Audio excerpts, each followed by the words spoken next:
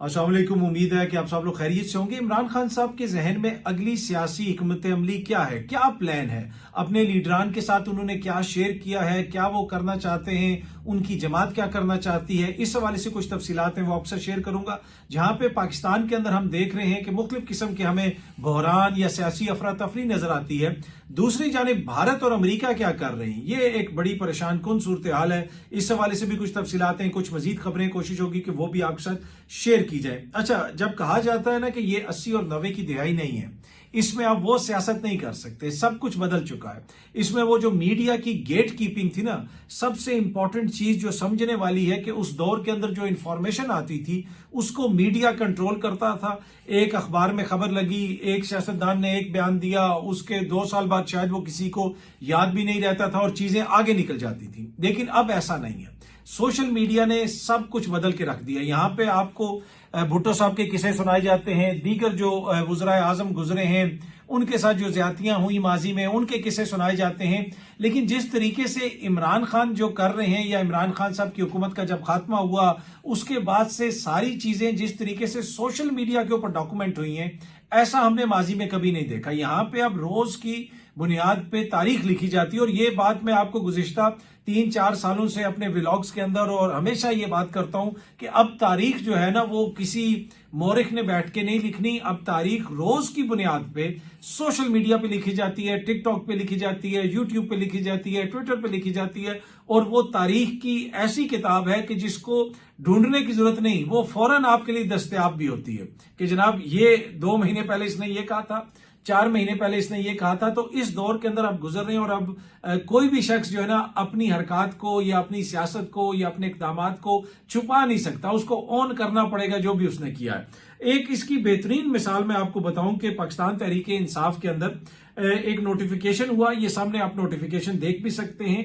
ये नोटिफिकेशन है जनाब वसीम अख्तर रामे साहब का, और इनको एडमिनिस्ट्रेटिव हेड बनाया गया है पीएमसी का, सेंट्रल पंजाब रीजन का। और शेर अली अरबाब साहब जो हैं, जो चेयरपर्सन है इस कमेटी वगैरह के, उनका ताल्लुक भी पाकिस्तान तहरीक इंसाफ से, उन्होंने इसको नोटिफिकेशन को जारी किया और वसीम रामे साहब को एक तरह से उनका ये ओहदा उनको ये दिया। अब जो ही ये नोटिफिकेशन सामने आया, साथ ही ये तस्वीर जो आप देख सकते हैं, ये तस्वीर सामने आ गई कि रामे साहब के गले में जहांगीर तरीन साहब जो है वो मफलर डाल रहे हैं। ये है वो फर्क 90 की दिहाई का, 80 की दिहाई का और आजकल के दौर का, सोशल मीडिया के दौर का, टिकटॉक के दौर का। इसमें जो कुछ भी आप करते हैं वो रिकॉर्ड का हिस्सा बन जाता है। अब इनके ऊपर जो शेर अरबाब साहब हैं, इनके ऊपर भी यकीनन दबाव वगैरह आ रहा है। मैं देख रहा था कि उन्होंने एक ट्वीट भी की हुई थी कि जनाब ये नोटिफिकेशन को हम रेक्टिफाई कर रहे हैं, इस मामले को हम ठीक कर रहे हैं और यकीनन ये किसी गलत फहमी की वजह से हुआ है। मैं अरबाब साहब को ज्यादा नहीं जानता, एक दफा ही मेरी उनसे मुलाकात हुई है, मैंने उनको बड़ा रीजनेबल और पढ़ा लिखा इंसान पाया। पर एनीवे यहाँ पे बताने का मकसद ये है कि ये किस तरह चीजें आजकल के दौर में डॉक्यूमेंट होती हैं।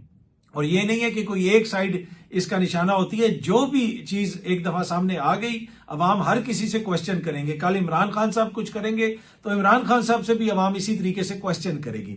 दूसरा जो मैं आपको बताता हूं ना कि तारीख रोज की बुनियाद पे यहाँ पे डॉक्यूमेंट हो रही है, ये बड़ा इंपॉर्टेंट है। भुट्टो साहब को आपकी कैद के हवाले से आपको बताया जाता है कि किस तरह उनको गिरफ्तार किया गया, ये हुआ वो हुआ, ये सारी चीजें हमने सुनी हैं, किताबों में पढ़ी हैं। लेकिन जो कुछ इमरान खान साहब कर रहे हैं वो पाकिस्तान के बच्चे रोज टिकटॉक पे देखते हैं। ये तस्वीर देखें, जिस दिन इमरान खान साहब को 9 मई वाले दिन गैर कानूनी तरीके से इस्लामाबाद हाई कोर्ट से गिरफ्तार किया गया, और गैर कानूनी तरीका मैं इसलिए कह रहा हूं कि Moses supreme court of Pakistan ने ये अपना फैसला दिया था कि इमरान खान साहब की गिरफ्तारी जो है वो गैर कानूनी है। ऑल्दो कि इस्लामाबाद हाई कोर्ट ने उसको नहीं करार दिया था और कुछ तहफुजात का इजहार किया गया था जिस तरीके से इमरान खान साहब को वहां से गिरफ्तार किया गया, और उसकी इंक्वायरी भी होनी थी। लेकिन आई डोंट नो वल्लाह आलम उस इंक्वायरी का क्या हुआ। लेकिन ये इमरान खान साहब की आप तस्वीर देखें कि जिस वक्त रेंजर्स उनको गिरफ्तार करने आए थे और वो शीशे और दरवाजे तोड़ रहे थे, तो वो इस तरह सुकून से बैठे रहे थे। अब ये तारीख का हिस्सा बन गया। भुट्टो साहब का ऐसा कोई इमेज आपको नहीं नजर आएगा। ये मैं आपको फर्क समझा रहा हूं, मैं किसी की ये नहीं कह रहा कि ये लीडर बहुत बड़ा है या वो लीडर बहुत बड़ा है। मैं जिस दौर से हम गुजर रहे हैं उस दौर की क्या उसमें तब्दीलियां आई हैं, क्या उसके तकाजे हैं, किस तरह चीजें बदल चुकी हैं, उसको समझना बहुत जरूरी है। ये खान साहब का जनाब तस्वीर आप लोग रोज देखते हैं। इसी तरह उन्होंने जो बातें की, जब उनको गोली लगी, वो बाहर आके जिस तरह उन्होंने हाथ ऊपर किया, जो कुछ भी किया, वो सारी चीजें ऐसी हैं कि जो लोग millions of time every day देखते हैं।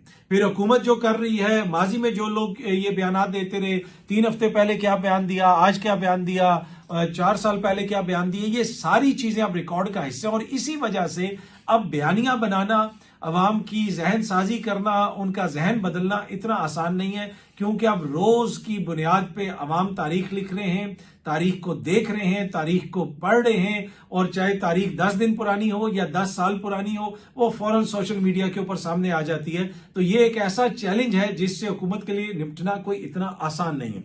अच्छा, अब इमरान खान साहब जो है, उनकी सियासत किस तरफ जारी है, वो क्या आगे फैसला करना चाहते हैं या क्या फैसला वो कर रहे हैं, अपने पार्टी रहनुमाओं से वो क्या बात करते हैं, उनके जहन में क्या है।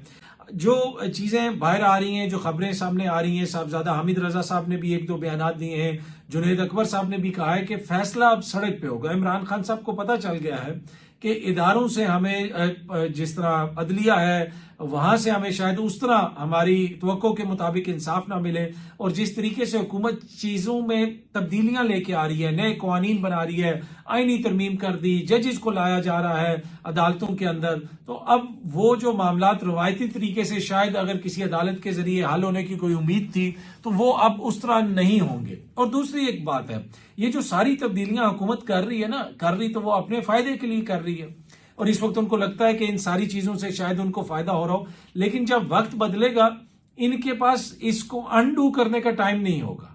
अगर यही सारी चीजें, ये सारे कानून ऐसे ही हों और इमरान खान साहब आ जाएं, तो फिर आप सोच सकते हैं कि इनके साथ क्या होना है। तो इनके पास अनडू करने का टाइम नहीं होगा जब ये मामला तब्दील होंगे, और इनको पता ही नहीं चलेगा कि इनके पैरों से कैसे कारपेट खींच ली गई और ये किधर गए और क्या हुआ क्या नहीं हुआ। और चीजें पाकिस्तान के अंदर जब तब्दील होती हैं तो वो ऐसे ही तब्दील होती हैं। पर एनीवे, इमरान खान साहब ने ये अपनी पार्टी रहनुमाओं से जो बात की है, अली अमीन साहब से भी बात की, जुनैद अकबर साहब से भी बात की, उसमें एक चीज बिल्कुल वाज़ेह है कि अब एहतजाज फोर फ्रंट पे होगा। जो एहतजाज करने वाले लोग हैं, वो लोग हैं जो एहतजाज के हवाले से पॉजिटिव एक सोच रखते हैं कि एहतजाज होना चाहिए, हुकूमत को चैलेंज देना चाहिए, सड़कों पे चीजों को लेके आना चाहिए। वो लोग अब आपको आगे आते हुए नजर आएंगे, और ये बाकायदा तौर पे इमरान खान साहब ने इस चीज का फैसला कर लिया, और इस फैसले का इदराक यकीनन हुकूमत को भी हो गया होगा। आई डोंट नो, उनकी सोर्सेज होंगी, खान साहब भी तो जेल में ही बातें करते हैं, जिससे भी बातें करते हैं। इसी वजह से हुकूमत की अब पूरी कोशिश है कि जो ऑपोजिशन का ग्रैंड अलायंस है, उसमें मौलाना को इमरान खान साहब के साथ कम से कम सड़क पे तक आने पे जो है वो उतना उनको ना दिया जाए रास्ता, या उतना उनको, जिसे आप कहते हैं कि ना छोड़ा जाए, कि दूर उनसे उतना ना हुआ जाए कि वो इमरान खान साहब के साथ सड़कों पे आ जाए।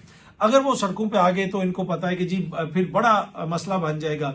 सड़क, स्ट्रीट पावर इस वक्त सबसे ज्यादा इमरान खान साहब की है, मौलाना का एक अपना डेडिकेटेड वर्कर है। अगर ये कॉम्बिनेशन हो गया तो इससे हुकूमत को बहुत बड़ा खतरा महसूस होता है, और इसी वजह से हुकूमत ने मौलाना को गुलदस्ते पेश करने शुरू कर दिए हैं। दोबारा हुकूमत ने मौलाना से राब्ते करने शुरू कर दिए, और हुकूमत को गालिबन शायद ये बताया भी गया है कि कम से कम मौलाना को तो आप अपनी साइड पे रखें, अदरवाइज बड़ा मसला बन जाएगा अगर एहतजाजी तहरीक को इस तरह शुरू होती है। लेकिन इमरान खान साहब के जहन में ये बिल्कुल वाज़ेह है कि अब हम एहतजाजी तहरीक ही करेंगे और फैसला सड़क पे होगा। ये सामने आप देख सकते हैं।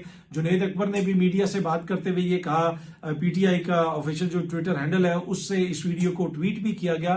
तो इमरान खान साहब के जहन में ये चीज बिल्कुल क्लियर है। अली अमीन साहब से भी जो उनकी गुफ्तगू हुई उसमें बहुत सारी बातें हुई। शेर अफजल मरवत वाला मामला भी डिस्कस हुआ, दीगर मामला भी डिस्कस हुए। अली अमीन की जो वजारत आला है, फिलहाल मुझे उसको उस तरह कोई खतरा नजर नहीं आ रहा। कल की मुलाकात के बाद जो मैं आपको खबर दे रहा हूं कि अली अमीन साहब की वजारत आला को फिलहाल मुझे कोई खतरा नजर नहीं आ रहा। लेकिन जिस तरह चीजें डेवलप हो रही हैं उसमें फिर आगे जाके कुछ भी हो सकता है, लेकिन फिलहाल मुझे कोई ऐसी चीज नजर नहीं आ रही। शेर अफजल मरवत वाले मामले को भी पार्टी ने बस जहां तक पहुंचाना था वहां तक पहुंचा दिया, उसको ज्यादा आगे वो नहीं लेके जाएंगे। हाँ, शेर अफजल मरवत साहब का एक इशू है कि वो जज्बाती हैं, कोई भी बात करता है, कोई साफी बात करता है, कोई और बात करता है, वो आके जवाब देते हैं और सम टाइम जो है उस जवाब के नतीजे में चीजें मजीद जो है वो उलझ जाती हैं। जिस तरह आज मैं देख रहा था कि वो इमरान रियाज खान साहब के ऊपर भी इल्जाम लगा रहे थे और वो बता रहे थे कि इमरान रियाज खान साहब का पहले मैंने बड़ा लिहाज किया, लेकिन अब वो मेरे ऊपर बात कर रहे हैं तो मैं भी बात कर रहा हूं। इसी तरीके से एक और वीडियो भी उनकी मैं वायरल देख रहा था कि जी वर्कर मेरे साथ है। तो वो जो उनकी जज्बाती नेचर है, मेरे ख्याल में समटाइम उससे उनको नुकसान होता है। अगर वो जो उन्होंने मीडिया से लाताल्लुकी यानी मीडिया से दूरी इख्तियार की हुई थी, वो कुछ अर्सा और इख्तियार रखते या उस तरह वो रिएक्ट ना करें तो शायद चीजें उनके लिए बेहतर हो जाएं। फिलहाल जमात ज्यादा चीजों को आगे नहीं लेके जाना चाहती थी, लेकिन ये डिपेंड करता है कि शेर अफजल मरवत साहब चीजों को किस तरह टैकल करेंगे और किस तरह चीजों को आगे लेके चलेंगे। तो ये तो खान साहब ने फैसला कर लिया है कि जी फैसला अब सड़क पे होगा, उनको और कोई उम्मीद नहीं है मुज़ाकरात से या किसी और चीज से। दूसरी जानिब जो इमरान खान साहब के वकील हैं खालिद यूसुफ चौधरी साहब, उन्होंने जनाब एक राइट टू इंफॉर्मेशन के तहत दरखास्त डाल दी है। वो दरखास्त बड़ी जबरदस्त है जो चौधरी साहब ने डाली है। वो उस दरखास्त में जनाब उन्होंने मुतालबा किया है कि इमरान खान के खिलाफ मुकदमात में कानूनी मशीनरी कैसे और कितनी इस्तेमाल की गई, हुकूमत ने बुनियादी तौर पे कितना पैसा खर्च किया है, प्राइवेट वकील्स को कितने पैसे दिए हैं, जो लोग यहाँ पे आते हैं ट्रैवल करते हैं उनको अकोमोडेशन दी जाती है, और जितना भी पैसा लगाया गया है कितने आवर्स इस्तेमाल हुए हैं, क्या कुछ हुआ है, उसकी तफसील बताएं कि हुकूमत ने इमरान खान के खिलाफ ये जो इंतकामी कार्रवाई कहते हैं, हुकूमत वाले कानूनी कार्रवाई कहते हैं, तो ये जो भी कानूनी कार्रवाई की गई है इस पर कितना खर्चा आ रहा है, इसकी तफसीलात बताएं। अच्छा, उसमें उन्होंने ये पूछा कि निजी वकला को कितनी फीसिस अदा की गई हैं और बाकायदा ये दरखास्त दायर की जा रही है या कर दी गई है। Attorney general, advocate general Islamabad और पंजाब के कितने मुकदमात में इमरान खान के खिलाफ बतौर सरकारी इस्तगासा वकील पेश हुए, इमरान खान के मुकदमात में कितना वक्त और कितनी अदालतें और कितने सरकारी वकला मसरूफ रहे, ये भी उन्होंने पूछा है। राइट टू इंफॉर्मेशन एक्ट के तहत वकील इमरान खान जो खालिद यूसुफ हैं, उन्होंने पूछा है कि वफाक के 6 और पंजाब के 4 इदारों से ये पूछा है कि जनाब आप तमाम ये तफसीलात हमें दें, बताएं कि क्या है इसमें केस की मुकम्मल तफसीलात, इमरान खान के खिलाफ NAB, FIA, Islamabad police, Punjab police, वफाक और पंजाब के हुकूमत के जो दायरा इख्तियार के तहत दीगर इदारे हैं उनके जरिए कितने मुकदमा दर्ज किए गए, कितनी FIRs हैं, इंक्वायरी रिपोर्ट्स, तहकीकाती रिपोर्ट्स और दीगर मुतल्लका दस्तावेजात की कॉपियां उन्होंने मांगी हैं, मुकदमात की फहरिस्त मांगी है। प्राइवेट वकला को, जिस तरह मैंने पहले भी अर्ज किया कि कितनी फीस दी गई है वो मांगी गई है, और निजी वकला को अदा की गई कुल फीस और बकाया रकम की तफसील, ये भी कि अब तक कितनी रकम अदा की गई है, और कोई अगर बकाया पेंडिंग फीस है वो भी बताएं कि जनाब वो भी कितनी है।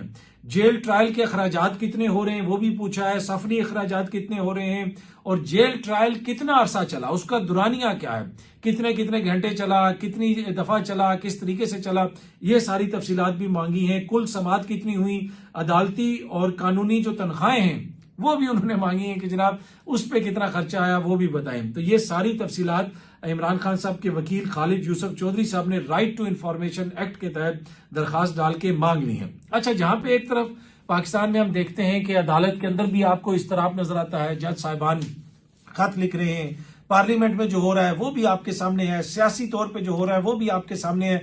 मुल्क में कतन आप ये नहीं कह सकते कि सियासी इस्तेकाम है या मौशी इस्तेकाम है या जमहूरी इस्तेकाम है, मुख्तलिफ चीजें जो हैं वो उनको देख के ऐसे लगता है कि एक बहरान सी की कैफियत है, और हुकूमती शख्सियात खुद भी इस चीज का सम टाइम वो मानती हैं, सम टाइम एतराफ करती हैं, सम टाइम एतराफ नहीं करती, वो मौशी तरक्की के दावे भी करते हैं हुकूमती दोस्त। लेकिन आज मुजम्मिल असलम साहब जो हैं मशीर खजाना खैबर पख्तूनख्वा के, उन्होंने जनाब एक ट्वीट की हुई है और उसमें उन्होंने बताया है कि वफाकी हुकूमत में एक माह में 1300 अरब कर्जा लिया वफाकी हुकूमत ने एक माह में, और 71,650 अरब कर्ज पहुंचा दिया है। जमील असलम साहब ने लिखा कि वफाकी हुकूमत 2022 से अब तक 28,500 अरब का कर्ज ले चुकी है, लेकिन बताया यह जाता है कि मईशत तरक्की कर रही है। यह मुजम्मिल असलम साहब ने ट्वीट किया हुआ है, और फिर पूरी जो सेंट्रल गवर्नमेंट का डेट है उसकी तफसीलात वो सारी उन्होंने पूरा वो चार्ट शेयर किया हुआ है। अब अगर ये मुजम्मिल असलम साहब का दावा गलत है, उनके फिगर्स दुरुस्त नहीं है, तो हुकूमत फिर इनको चैलेंज करे और बताए कि जनाब आप जो दावा कर रहे हैं वो दुरुस्त नहीं है। लेकिन इससे जो मैशत की पिक्चर सामने पेंट होती है वो कोई इतनी बेहतर नहीं है। तो ये माशी हालत है, ये सियासी हालत है, ये जमहूरी हालत है। आज सहाफियों का भी एहतजाज हुआ डी चौक के ऊपर, वो पीका के खिलाफ एहतजाज कर रहे हैं। इन सारे हालात के अंदर अगर आप दूसरी जानिब देखें तो भारत और अमेरिका जो कर रहे हैं वो हमारे लिए काफी बाइस परेशानी होना चाहिए। डोनाल्ड ट्रंप और मोदी ने जो मुलाकात की उसमें मुख्तलिफ चीजों के हवाले से वहां पे गपशप हुई और जो दिफाई ताउन है उसको बढ़ाने की भी बात हुई। और डोनाल्ड ट्रंप साहब ने जनाब मोदी साहब को इवन F-35 जो स्टेल्थ फाइटर जेट्स हैं वो भी ऑफर कर दिए कि जनाब हम इंडिया को वो भी देने के लिए तैयार हैं, ये सब कुछ देंगे। और फिर जो मुश्तरका एलामिया जारी किया गया वो हमारे लिए काफी परेशान कुन है। अब पाकिस्तान की जो दफ्तर खारजा है उसने इस एलामिया को डिसमिस किया है, इसको रद्द किया है। इस एलामिया के अंदर जो जॉइंट स्टेटमेंट है यूएस प्रेसिडेंट डोनाल्ड ट्रंप की और Indian prime minister Narendra Modi की, उसमें बताया गया कि पाकिस्तान जो है वो बुनियादी तौर पे मुबैना तौर पे इन्वॉल्व था 2008 में जो मुंबई पे हमला हुआ, और उसके साथ साथ जो एक्सट्रीमिज्म इंतहा पसंदी को पाकिस्तान सपोर्ट करता है। ये बड़ी परेशान कुन चीज है और ये मुश्तरका एलामिया के अंदर डाली गई। मोदी ट्रंप जो मीटिंग हुई उसके बाद तो ये मोदी कर रहा है, ये अमेरिका कर रहा है, इस सतह पे आलमी सतह पे पाकिस्तान के खिलाफ चीजें हो रही हैं। लेकिन यहाँ पे दूसरी तरफ हमारी क्या प्रायोरिटीज हैं? बेलारूस का सदर आ रहा है, हमारी प्रायोरिटीज ये है कि हम यहाँ पे बता रहे हैं कि जी सब कुछ ठीक चल रहा है। नहीं, अगर F-35 जेट्स उनको दे दिए गए उससे क्या पाकिस्तान के लिए चैलेंजेस नहीं होंगे? इससे खित्ते में दोबारा जो हथियारों की दौड़ है वो बढ़ेगी, अदम इस्तेहकाम पैदा होगा। लेकिन परेशान कुन चीज ये है कि पाकिस्तान इसको काउंटर करने के लिए क्या कर रहा है? हमारे जो वजीर खारजा हैं इसहाक डार साहब वो क्या कर रहे हैं इस हवाले से? भारत का चेहरा दुनिया को दिखाने के लिए उन्होंने अब तक क्या किया है? जब तक इमरान खान साहब थे मोदी अंडर प्रेशर रहता था। ये मैं आपको बड़ी जिम्मेदारी से बता रहा हूं। मोदी की जो हुकूमत है वो डरी रहती थी कि जनाब अभी इमरान खान साहब ये कहेंगे। इवन के उनके मीडिया के ऊपर मैं बहुत ज्यादा रेगुलर था, उनके सहाफी, उनके तजियाकार, उनके जर्नल हमें टीवी चैनल्स पे कहते थे जब वो ब्रेक वगैरह होती थी बीच में कि जी वो इमरान खान साहब को समझाएं कि इमरान खान को मोदी के ऊपर डायरेक्ट अटैक नहीं करना चाहिए, आप स्टेट टू स्टेट बात करें। जिस तरीके से वो पर्सनल अटैक करते हैं मोदी के ऊपर उससे वो जो है ताल्लुकात ठीक नहीं हो रहे और ये बात ठीक नहीं। और मोदी बड़ा अंडर प्रेशर रहता था और सफारती सतह पे इस तरह के पैगामात भेजे जाते थे कि इमरान खान साहब को ऐसी बात नहीं करनी चाहिए। जाके उन्होंने आरएसएस की आइडियोलॉजी का जिक्र किया आलमी सतह के ऊपर। इमरान खान साहब ने आलमी मीडिया के अंदर मोदी के हवाले से जो कुछ उन्होंने कहा उसकी वजह से वो दबाव में रहते थे। लेकिन क्या इस वक्त पाकिस्तान के अंदर कोई एक भी ऐसी मौसर आवाज है जो मोदी की सरकार को चैलेंज कर सके? क्या हमारे वजीर खारजा, हमारे वजीर आजम कोई उस तरह का करिश्मा रखते हैं, उस तरह की आवाज रखते हैं? यहाँ पे तो हमारे साबिक वजीर आजम नवाज शरीफ साहब ने सबसे पहले भारतीय सहाफियों से मुलाकात की जो आए हुए थे यहाँ। वो जो हुई कॉन्फ्रेंस वगैरह हुई, भारतीय सहाफी आए, सबसे पहले उनकी मुलाकात नवाज शरीफ साहब से हुई जिसमें उन्होंने कहा कि जी उनकी ख्वाहिश थी कि मोदी भी यहाँ पे आता। और दूसरी तरफ मोदी अमेरिका में जाके भाई आप अपनी इकोनॉमी की बात करो, अपने मुल्क की बात करो, वहां पे भी जाके वो पाकिस्तान के खिलाफ जहर उगल रहा है। और यहां पे हमारी लाड़ियां नहीं खत्म हो रही मोदी साहब से। हम भी चाहते हैं कि जी भारत के साथ हमारे ताल्लुकात बेहतर हों, but not at the cost of our national interest. हमारा जो कौमी मफाद है उसको तो हम पीछे नहीं रख सकते। इतने क्यों हम एहसास कमतरी का शिकार हो चुके हैं कि जी मोदी साहब की हमारी ख्वाहिश थी कि मोदी आए, तो वो जयशंकर यहाँ पे आया और उसकी जिस तरीके से यहाँ पे हमने खबरें चलाई कि जी वो क्रिकेट पे बात हो गई तो ये हो गया और वो हो गया। उनको जब भी मौका मिलता है वो ये जहर उगलते हैं आपके खिलाफ। अब वो ये जेट्स लेने की बात कर रहे हैं, बड़ा असला लेने की बात कर रहे हैं। वैसे वो हैं जितने जोगे वो हमें भी पता है। 1980 से वो अपनी एक बंदूक तब्दील करने की कोशिश कर रहे हैं कि उनकी वो एंसेस के कौन सी राइफल है। उनका इशू ये है कि वहां पे वो बहुत ज्यादा सियाने हैं। वो चीज लेते हैं ना, वो किसी से कोई चीज खरीदेंगे, कोई आप दोस्त खरीदेंगे, ये मैं बड़ी जिम्मेदारी से आपको बता रहा हूँ। ये बाकायदा इसके ऊपर पूरा मैंने एक आर्टिकल लिखा था और वो पूरा आर्टिकल छपा भी था इंटरनेशनल सतह के ऊपर और इकोनॉमिस्ट के अंदर भी वो आर्टिकल छपा था और उस आर्टिकल की भी मैंने तर्जुमा किया था और एक और जगह पे वो आर्टिकल छपा था। पर एनीवे मैं जो आपको बता रहा हूँ कि वो अगर किसी से आप दोस्त खरीद रहे होंगे ना 1 लाख रुपए की, तो बाद में जब डील हो जाएगी उसके बाद कहेंगे इसके अंदर ये चीज एक्स्ट्रा डाल दें, इसमें वो चीज एक्स्ट्रा डाल दें। तो इनकी जो रियासत की सोच है वो इंतहाई महदूद किस्म की सोच है, तो जिसकी वजह से इनके सारे जो डील्स हैं वो फंस जाती हैं। अब ये F-35 किस तरह खरीदेंगे, कब तक इनके पास आएगा, वो एक अलग बहस है। लेकिन जो कुछ वो कर रहे हैं उसको काउंटर करने के लिए हम क्या कर रहे हैं? हमारे यहाँ क्या हो रहा है?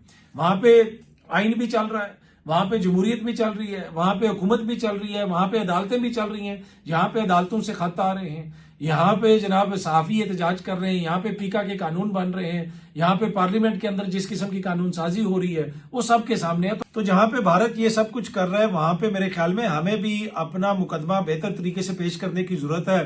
लेकिन यहाँ पे फैमिली रीयूनियंस ही नहीं खत्म हो रही जनाब।